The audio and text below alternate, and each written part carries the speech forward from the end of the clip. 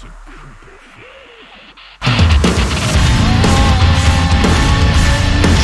Yeah, we're back. We made it. We survived. Tuesday, Cooperville Live, getting things cranked up. Thank you so much for joining the program, wherever you were watching. We're on Facebook. We're on YouTube. We're on Twitch. And you are here. Joe's in the house. Already throwing to those devil horns. I like that's how we get the show started, my brother. So good to be back. Feeling semi-normal after 5 days of complete abnormalities. Feel better about life's choices today. A little chance to flush the system after Country Fest and all of the shenanigans that went along with that. There we are. Good to see you all. Well, it's good for you to see me. Something like that. Exciting show today. Darren, Rita is going to be joining us in just a bit. Stand by for that. We have a whole bunch to talk about. Hip-hop artist, podcast, host, content creator. Got its own media company. We're going to talk about life stuff. But first, we must pay our bills. Not very handily. It doesn't really pay the bills. It pays like the taxes on the bills, which I guess is something, right? CoopervilleClothing.com. We just added a new t-shirt drop today. New t-shirt drop. Bam, it's right there. Bearded for her pleasure. I know. It's self-serving. But we did something like completely different though this time, as we stick with like black and white. We added some color and told we need to have some color. Hey, Mama Joe. It was fun. It was a blast. We had a great time. Live music at its finest. So check out the new Bearded for Her Pleasure men's tees we have at CoopervilleClothing.com. And all of your America 4th of July hot American summer gear, it's all there for you at CoopervilleClothing.com. Captain Coop's Beard Company, we just kicked off today our 4th of July sale. 10% off all of our beard oils, beard balms, and beard butters. Promo code is FREEDOM10 at checkout, CaptainCoops.com. And, of course, Midwest Meals. My people, they keep me fed and svelte. Well, keep me fed. 16 rotating healthy meals, taking meal prep out of your weekly routine. They just added a bunch of new stuff, too. They got a new Mediterranean meal in there, which we're going to try tonight. Excited about that. Check that out. MidwestMeals.com. Promo code Cooper at checkout, and you get 10% off your first order. Get your orders in by Friday, and they ship nationwide on Mondays, which is really cool. Super easy to do. If you are local, if you're in the area, you're in the Eau Claire, Chippewa Falls County area, you can actually go and grab your stuff at their store. They have a Chippewa Falls drop-off location. You're good. MidwestMeals.com. What else is on tap? OMG. Mama Joe, what's OMG? Like, I feel like you're about to drop some news on me. There's an O, a space, an M, a space, and a G. Like, drop some news. By the way, if you are watching, thank you. You can join the conversation in the comments, which are on all of the platforms. No matter where you're watching, you can jump in. Got your 2 cents in there. If you got a question for Darren, feel free to jump it in there too, and it will show up right there. I always get this backwards. It's over here. It's over here in this box. That's where we find it. So feel free to comment and hit us up with any questions. It was really cool. Darren hit me up a couple of weeks ago and was like, hey, I'd love to be on your show. And I checked it out. He's got a show. I think they just celebrated their 2-year anniversary of the Detox podcast. And as a fellow podcaster, I understand the difficulties of longevity in this game. I think I read at one point, like, the average podcast lasts 3 episodes. And if anybody says, what about Joe Rogan? Okay, there's exceptions to every rule. A lot of people like continue on, but there are hundreds of thousands of podcasts out there, and usually it's about 3. I think I've produced 4 of them. People are like, yeah, this is great. I love it. And I'm like, all right, let's record another one for you. Like, I'm good. So it takes a certain amount of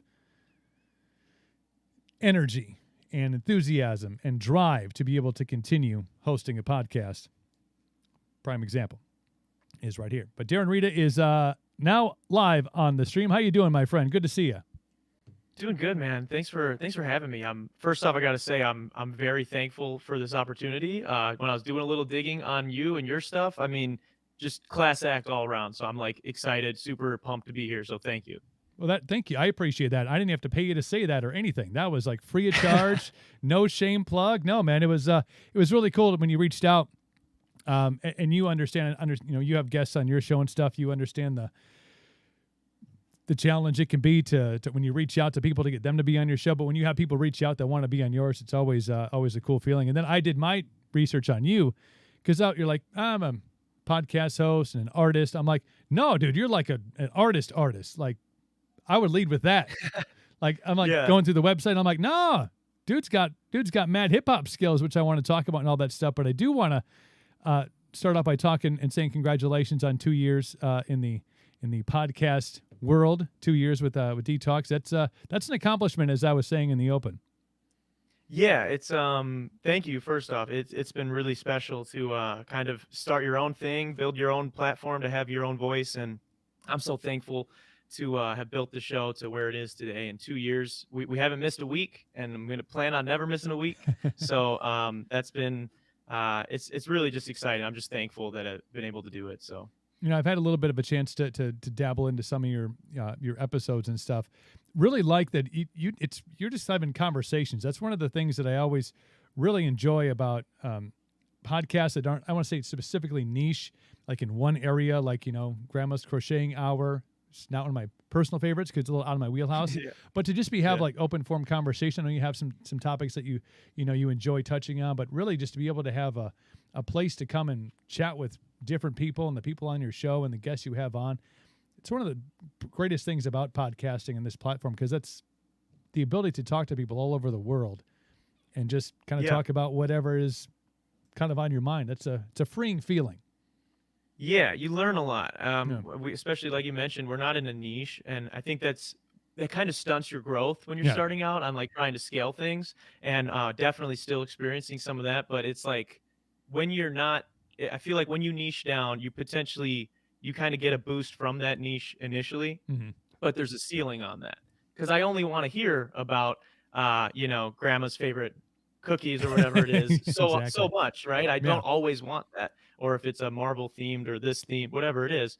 And so that's something I'm really happy about, that like we'll have actors that are going to be in upcoming Netflix films on, and then we'll have other hip hop artists, metal artists, different directors and things like that. Just kind of do anything, and so that's always fun. You learn a lot from different people. What was it that led you into podcasting? My story is obviously I talked for 20 years in radio, and then I stopped talking in radio, and I'm like, well, if I don't have an outlet, I might lose my shit. Like, things could go awry really quick. But for you, like, was there another podcast, or was this just something as kind of a person that has that kind of personality that likes to speak and to have a platform that kind of led you into this lucrative business we call podcasting?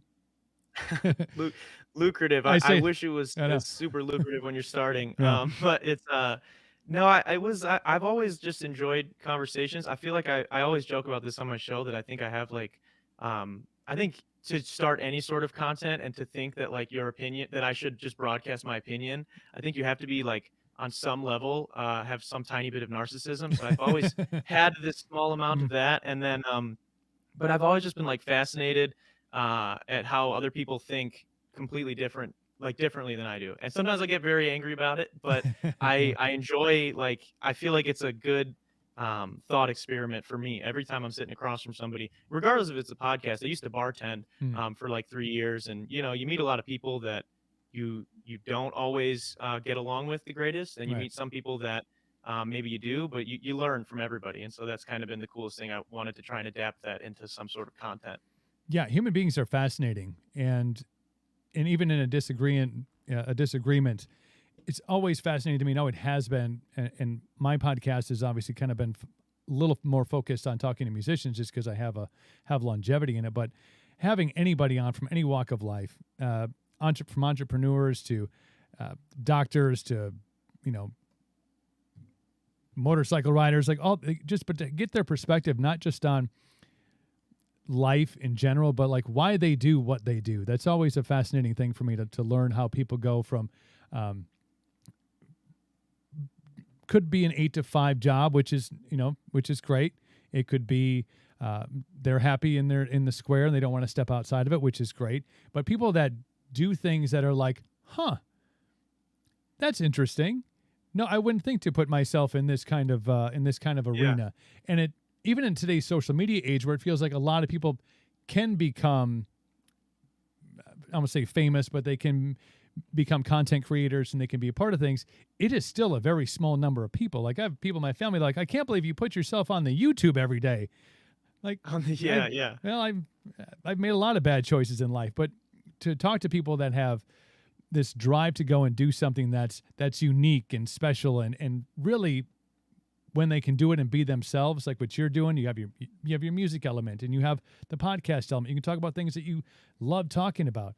That's always fascinating to me, because it's like you made a really not bold decision, but you decided to put yourself in front of a camera and a microphone, make yourself visible and listenable on all these platforms, and that's something that you're probably like, yeah, well, of course, it's what I do. Yeah, I'm kind of the same way. I'm like, well, yeah, that's what I do is I talk.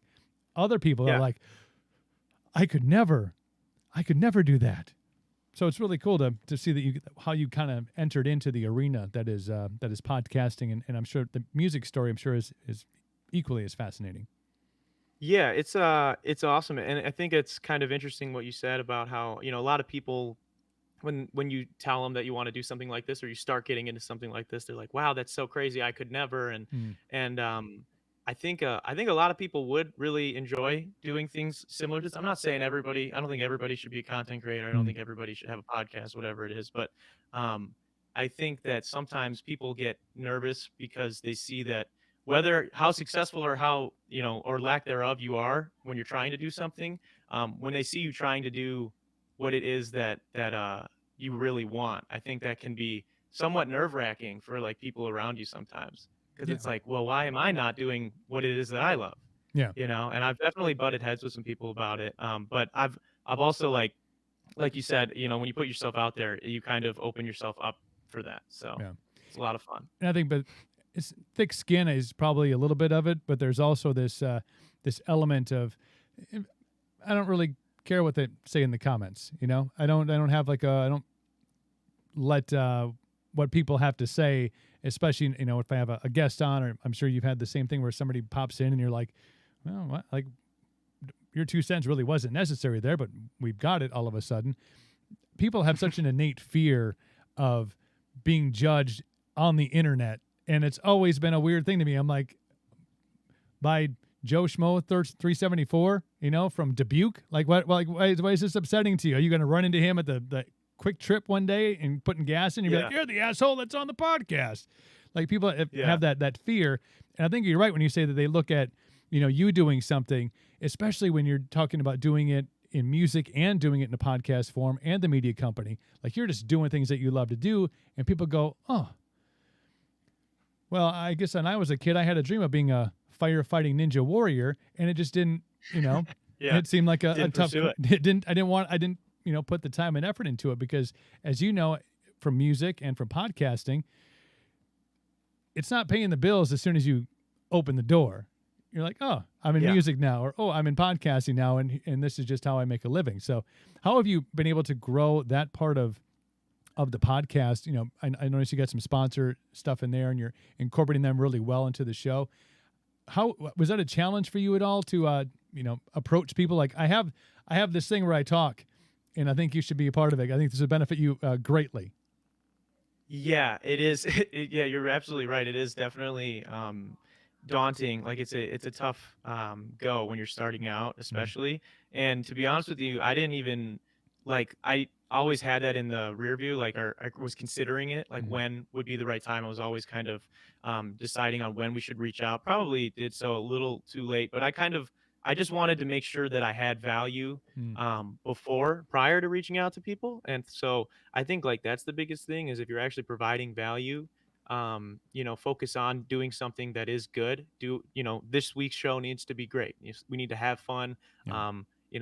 We have a great guest. We need to make sure we're prepared for it. Make sure that everything's up to par, and then people will want to be a part of that. And so it takes a little bit of the edge off when you have to go ask, because you don't feel like you're asking for as much when you're able to give some value as well. No, 100%. I want to swing off into music really quick. When did that start? That little voice in your head, or that artist that you heard and you're like, yeah, I like this, and then discovered that, like, because I've been listening to your stuff that you had on Spotify, I'm like, that dude's got skills here. Like, when was it that avenue started to open up for you and you decided to make that pursuit? Because that's even more of one of those things where you're like, yeah, I'm going to go be a musician. Cool. I'm going to be a hip hop artist. And people go, cool. And then they're waiting for well, here's, they compare you to Tupac, he made some music too, and he made all this money. You're like, I have to get there first. But what drove you into hip hop and into the music industry? Because it can be a daunting one, just like podcasting. That one, it's funny. I actually started writing music way before I ever thought I would do a podcast. But I never really jumped on it until I think it was 2017. I started making music, and it was terrible. It was so bad. All hip hop stuff. But I kind of just grew up with a lot of music in the house. I didn't learn. My parents, I kind of give them a hard time now that they didn't, but they didn't force me to like do any sort of like band. Like I did a little bit of violin at a young age and Hmm. like a little clarinet, but like they didn't force me to like stick with it or do Right. choir or learn piano or guitar. But my dad was he was in a bunch of bands, and he taught himself how to play guitar. My mom could sing, and they were always listening to like, we would literally have Eminem on 1 minute, and then it would be, you know, Marvin Gaye or Leonard Skinner, and Mhm. then it was just literally all over the place growing up. So I kind of just really loved music and kind of just related that with I don't know, living life. Like I feel Yeah. like that's like when I'm living the most is when I'm in creating music or listening to music. I love having a household that has a very eclectic music playlist. I find that, Yeah. I grew up with separated parents, and my mom was a little more like eclectic in what she listened to, and would kind of bob around and bebop through different genres and stuff, depending on the mood of the house. My dad was like super hardcore country. And so I found myself when I was with him, like being like, what can I do that's exactly the opposite of what you listen to? And that's what drove me into, I was like House of Pain and Cypress Hill and all that like early 90s like radio friendly hip hop stuff, which led into the Eminems of the world, and obviously Dr. Dre and Snoop. And MTV was big back in my day when they used to play music videos and stuff. It was a great time. So you got exposed to all this hip hop. But what I find that when you're talking about having all that kind of stuff in your same house is you all of a sudden have this like appreciation for all the different storytelling mechanisms that come from every different genre. Um, Yeah. from Marvin Gaye to Eminem. Obviously, sonically, you're like, oh, it's pretty different, but the storytelling abilities of these artists is what I think gives you this capability, because your stuff has, it's not hardcore hip hop. I saw the word nerdcom rap in there, which I want to figure Yeah. out what that means, because that I love the genre, but you kind of have the ability now to take a different approach to your music because you have so many different influences. You're not just kind of in one lane and going, nope, I need to sound like this. You're like, I like a little bit of instruments in my music. I like a little bit of this sound. I like a little bit of trap beat in here, and you kind of are able to mesh it all Yeah. together really, really well.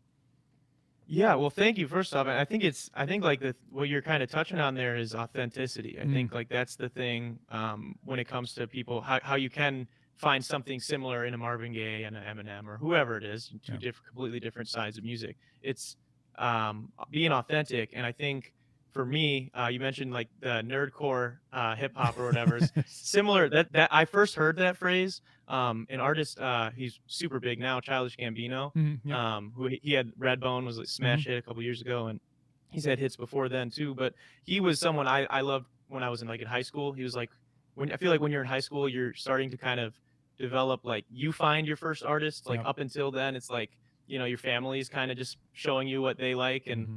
granted, it was a lot, so it was awesome to have that. But like he was somebody that like I found myself, and I was like, I love this guy. And that's something he talked about all the time, was he he didn't really fit in with kind of stereotyping of what like a rapper should be from Atlanta.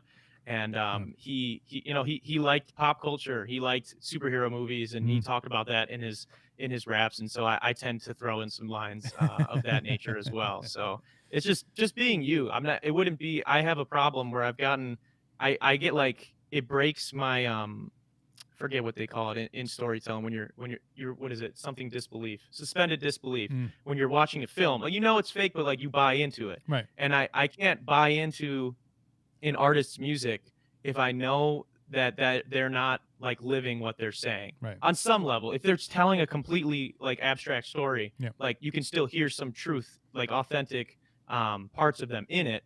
But like when someone is pretending to be something they're not, I can't get behind it. And so I just never wanted to do that myself. Yeah. I think and you gravitate towards artists that are like that. And that's why, I think when you look at like the rock genre, and even now, just in my perspective, the country genre, um, I know they're all not living that lifestyle, but the Yeah. storytelling capabilities and the ability to bring the listener into the song and to be like, oh yeah, I can relate this experience, maybe not exactly, but I understand it. You know, for me, and maybe for you, you know, bling blings and Lamborghinis is not necessarily like are you like this is your first song? Are you really bling bling in Lamborghinis yet? I think the record company pays you first, or do you have to wait till the song hits? Like what's the payout? Yeah. It's usually not right away. Yeah, Getting the Lambo. here's the check first. You're like, oh well, I spent that on a $300,000 car, and now that's what we live in.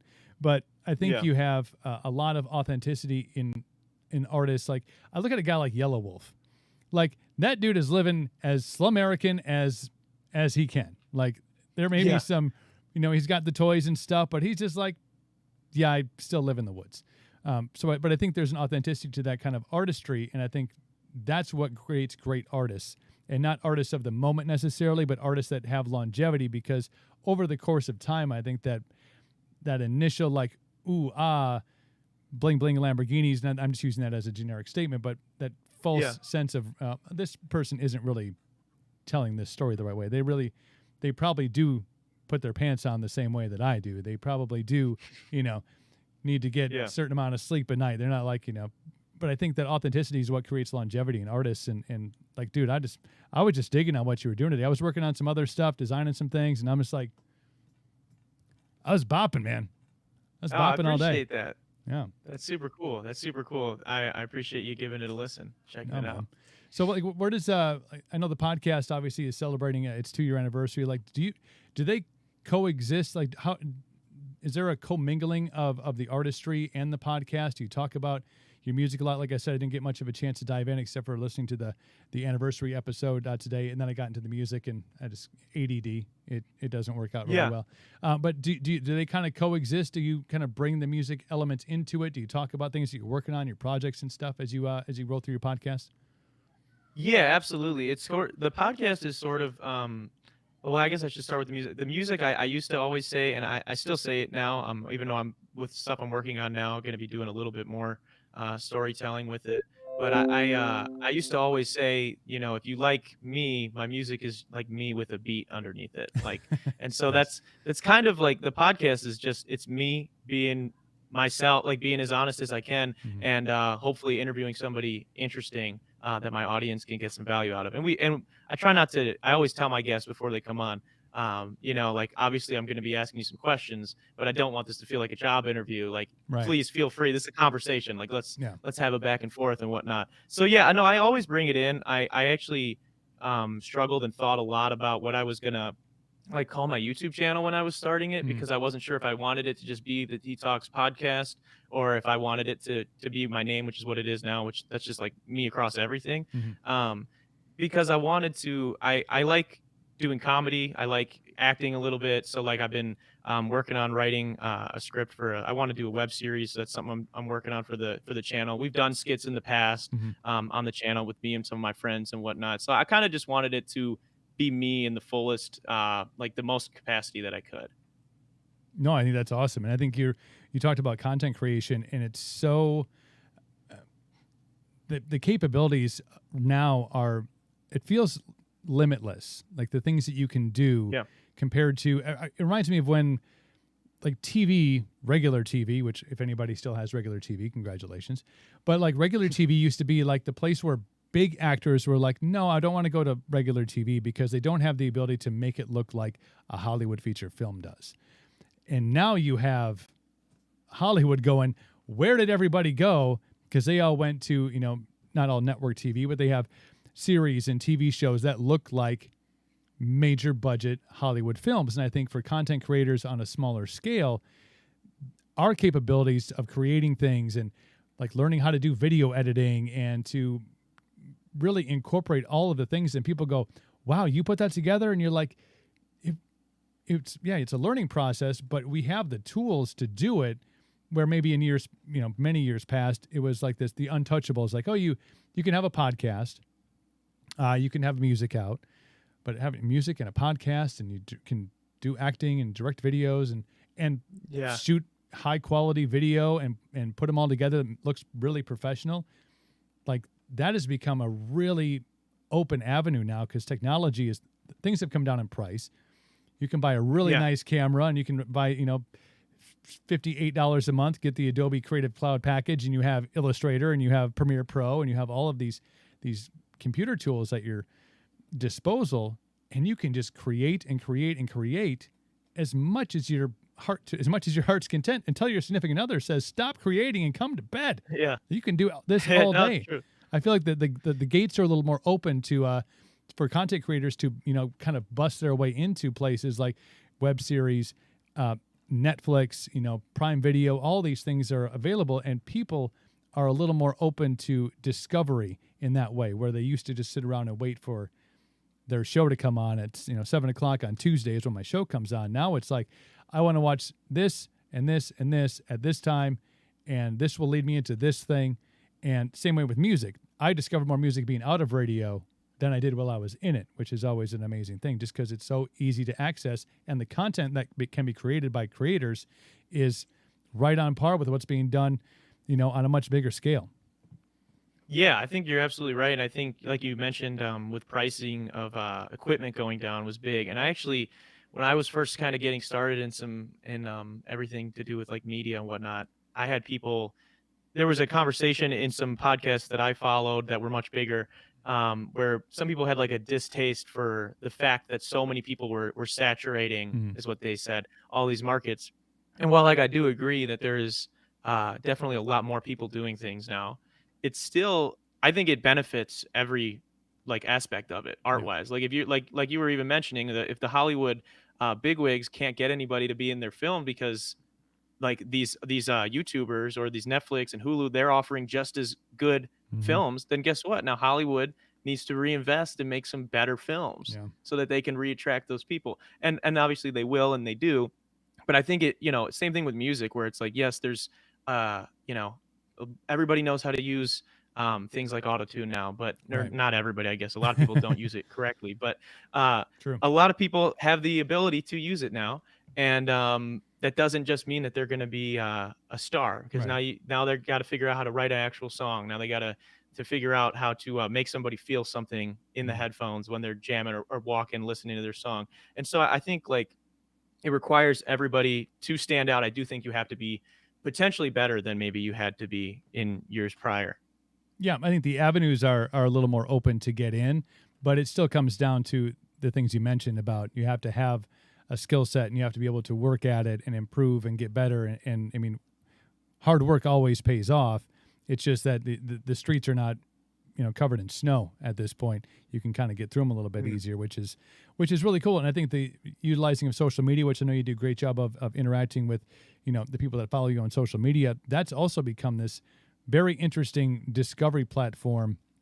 I've discovered more music and artists and content creators on like in a place like Instagram, because they're going on and spending, they're running a $100 ad campaign for their new song that they wrote, and I'll just scroll down and find it and be like, oh wow, this is a really well written song. It's got all the elements of what would be considered a radio hit, and then you reach out to that person. I think that avenue for especially musicians has been this really great place. The tough part is there's a weird blockage in discovery when it gets past that. Like, oh, I have 15,000 people that follow me on Instagram, but I can't get a gig lined up. Break to 10. Yeah, you can't break to 10. You can't break. Yeah, it's a weird. Well, like you were saying, there's an artist that I really like. I follow a lot of his stuff, just because of I think his music's great, and he also talks a lot about the independence. He's an independent artist. He ended up signing. His name's Russ. He's a hip hop artist. He took some heat a while back for like some comments he made about I think it was like producers or something back in like 2016 when he first got on. But he produced like his whole first album himself, mixed, mastered it, like all this stuff. He did all his promotion himself, and he was able to build his own following. And he always talks about how there's a difference between likes on Instagram and hard ticket sales. Yeah. And obviously I'm not at a place to be sitting here talking like he is talking, because he says it with a lot more bravado, and he's kind of making fun of some other hip hop artists and whatnot. I'm not at a level to be doing that, but I definitely agree with him that it is, there's a big difference between maybe potentially buying some followers and having, even if it was, a couple hundred people at your show looking you in the eyes, singing your lyrics back to you. Like that's something that you can't, you can't fake. Two, it's just like you can't put a price on that. It's so precious. Yeah, I think there is a lot of I want to say false stars in the sky of Hmm. social media, but you do have a lot of people that you're like, well, how did they escalate to this level on Instagram or Facebook or TikTok, I guess. Yeah. And then you never see really any like, photos of them at a show, or never see any like, hey, we're doing this with so and so. And I'm sure they're getting paid. Like there's payment coming out, but if that's the goal, if that's the pinnacle I want to reach is to be TikTok famous or to be Instagram famous.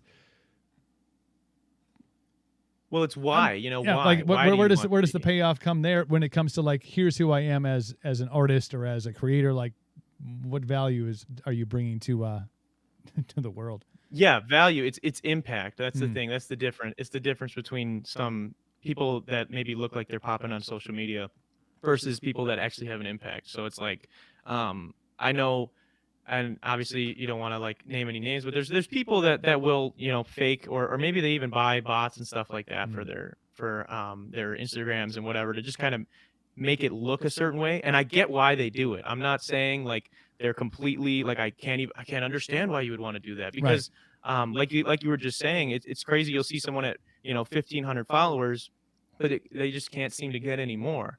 And why is that? Because now whenever you see that Instagram story ad, you see, oh, this guy only has 1,500 followers. Like we all do it. We all look right at how many do other people think this is cool? Because we're all looking now that there's not as many gatekeepers. I feel like we're all looking for some reason or some way to know that this is good and that this is safe for me to like before I like it. So I get why they do it, but there's a difference between buying a bunch of fake followers and maybe only having a couple hundred people at your show instead of thousands and thousands of Instagram followers. But those couple hundred people all love your music, and they're all going to tell their friends about it, and they're going to be begging for you to drop some merchandise, and that's how you like really have an impact. You're making those people's lives better, and they're making yours better.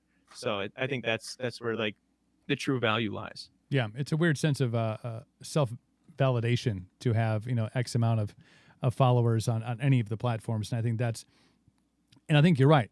I think everybody does that. I think you go, this is interesting. This content sparked my interest enough to go from this to click on your page, and you go, like you're not, you don't even get down to where like the actual, you could look down and go, wow, this person's like seeing the world or creating good content or standing in front of a bunch of people doing awesome things. You're like,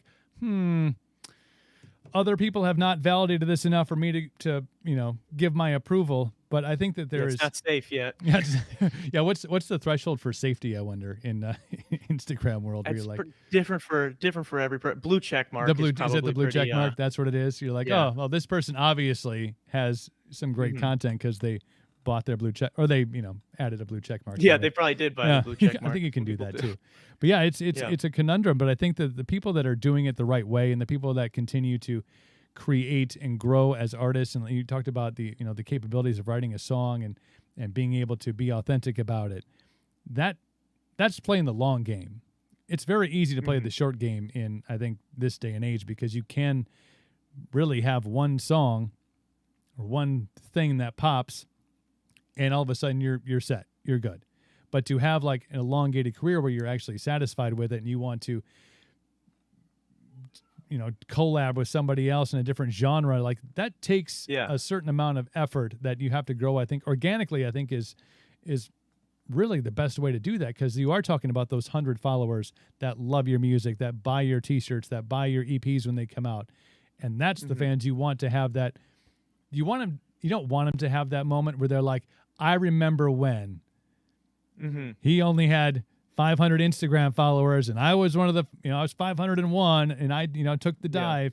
Now he's a big thing. But you almost want to be like, yeah, but that was 8 years ago. Yeah, you gotta love the journey of it.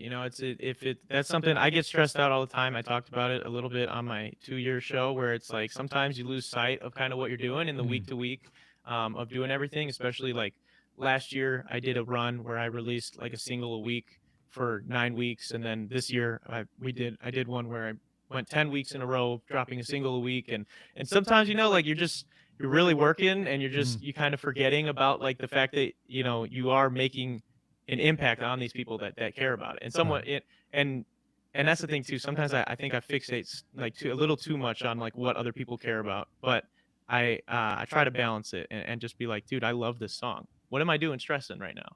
Why am I freaking out about Right. this? And then it. Don't get me wrong. When you get a new week comes out and someone's like, wow, this is my favorite one you've released. Like that definitely fit, like that just hits you different. And when it's a different song every week and a different person saying that, that's something super special. So I don't take that for granted at all. Yeah, because they're following along on the journey with you. They're listening song to song and song, and they're picking and choosing their favorites. I think that's got to be incredibly validating to know that somebody in their life is taking time out of their day. And you know how chaotic days can be. Well, maybe not last year, but generally speaking, life is pretty chaotic. But they take the time out and they go, oh, Darren dropped a new song. I like that one. I like this one better. I mean, that's a cool feeling for you, I imagine, to be like, hey, they're part of the story with me.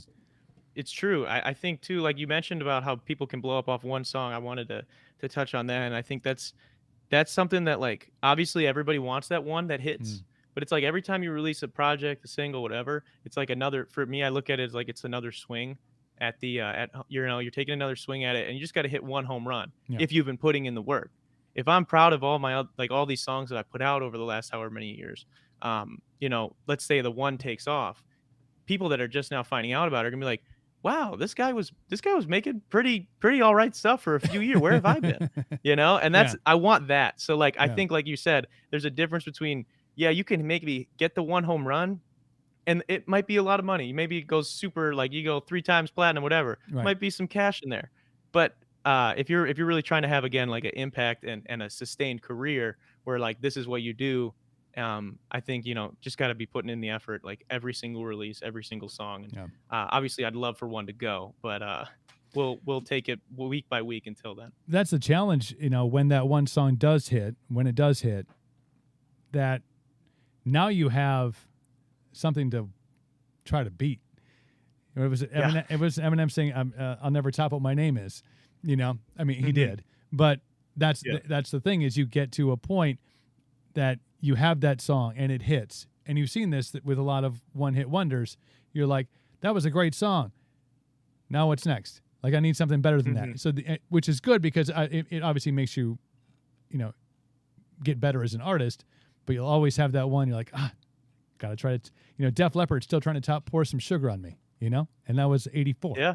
Like, gotta get that second song after. I mean, they turned out all right for themselves. They're still probably making $1.5 million a show, so they're doing all right. But I love the grind, though. That's that's the whole part of it, is the payoff comes after the grind. You have to keep on turning the wheel, and then it go, oh yeah, we've got some good stuff behind us and even better things in the future. Speaking of the future, like, what's halfway through 2021 already? Like, what's the rest of the year look like? Are you continuing on just getting music out and rocking the podcast? I mean, you're never gonna miss a podcast. I've established that it's gonna be consistent forever. But like, what's the plan for the rest of the year? Do you have some things kind of marked out to keep on dropping new music?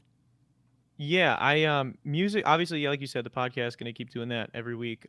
Musically, I'm working on a project right now that, depending on how like mixing and mastering, because I do all the mixing and mastering. So like, depending on how that goes, it hopefully will be done sooner rather than later. But I'm working on an acoustic kind of project as well. Oh, cool. So I'm working on like 2 projects at the same time, and then hopefully another batch of singles for the top of 2022.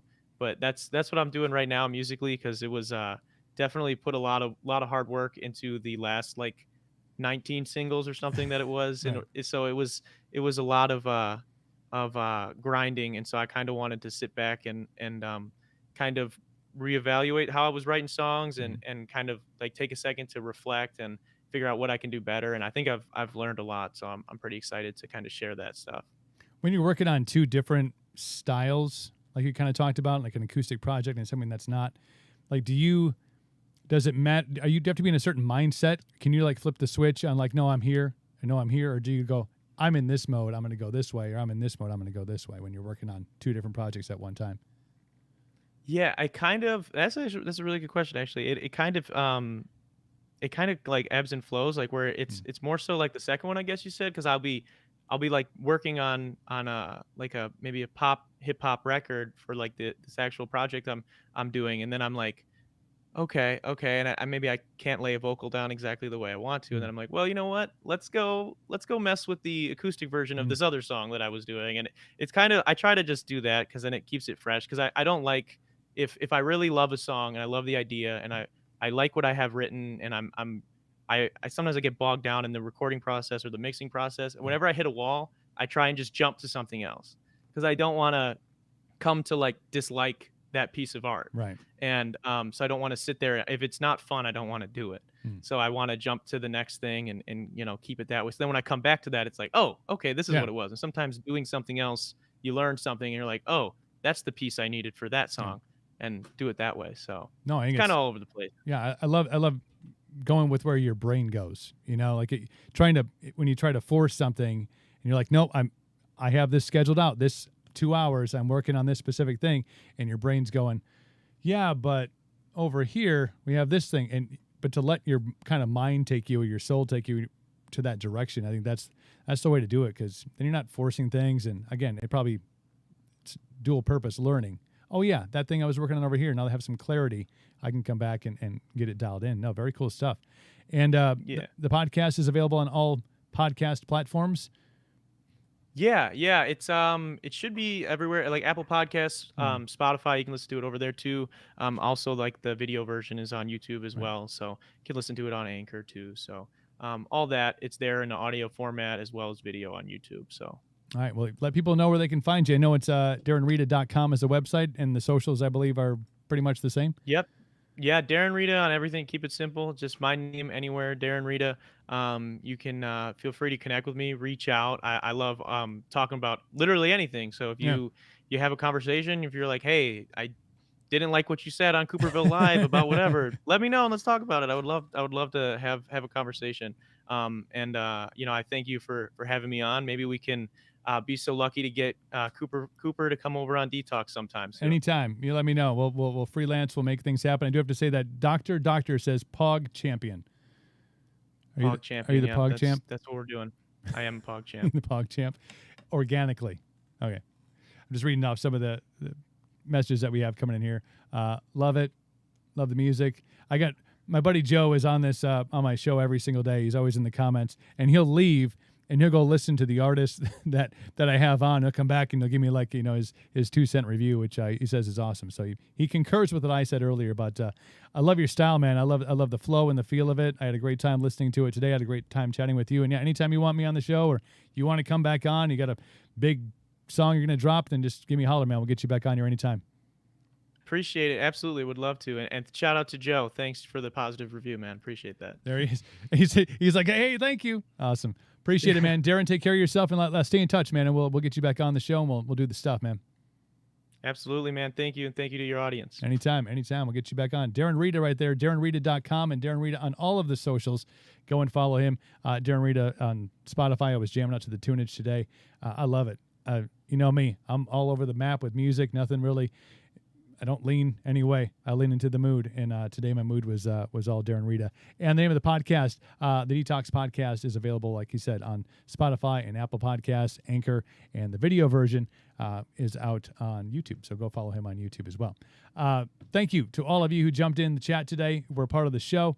Appreciate it as always. It's a great time to get to hang out and interact with you guys as well. So much appreciated on that. Coming up tomorrow on the show, Jackson Moody from the Jackson Moody Band, who I just hung out with for the first time on Saturday as he was playing with Jessley Beardo, and a fantastic musician and a fantastic talent. He plays bass in her band. He plays bass in another band. He's got his own band. He's not a one-man band. He's a band man. But Jackson Moody will be on the program coming up tomorrow at 5:10. Make sure you join. Make sure you follow on all the social medias, which will hit the links for you. You can find out. And also, go follow Darren Rita. Y'all have a great night. We'll check you back tomorrow. Hey!